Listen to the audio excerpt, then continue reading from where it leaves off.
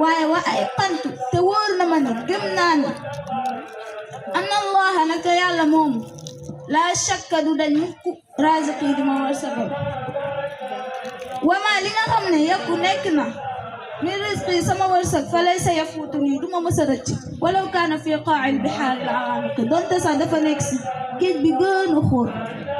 imam Shafii nee na moom de wërsëgam yëpp wakiilu loo ko si yàlla mi nga xam ne moo ko bind te gëm na ne yàlla moomu bind ko mu wakiilu si moom du ko xañ wërsëgam waaye tamit li nga xam ne moo nekk wërsëgam du ko mës a rëcc bu fekkonte ni sax ni maanaam wërsëg boobu dafa nekk si géej bi nga xam ne moo gën a xóot si àddina parce que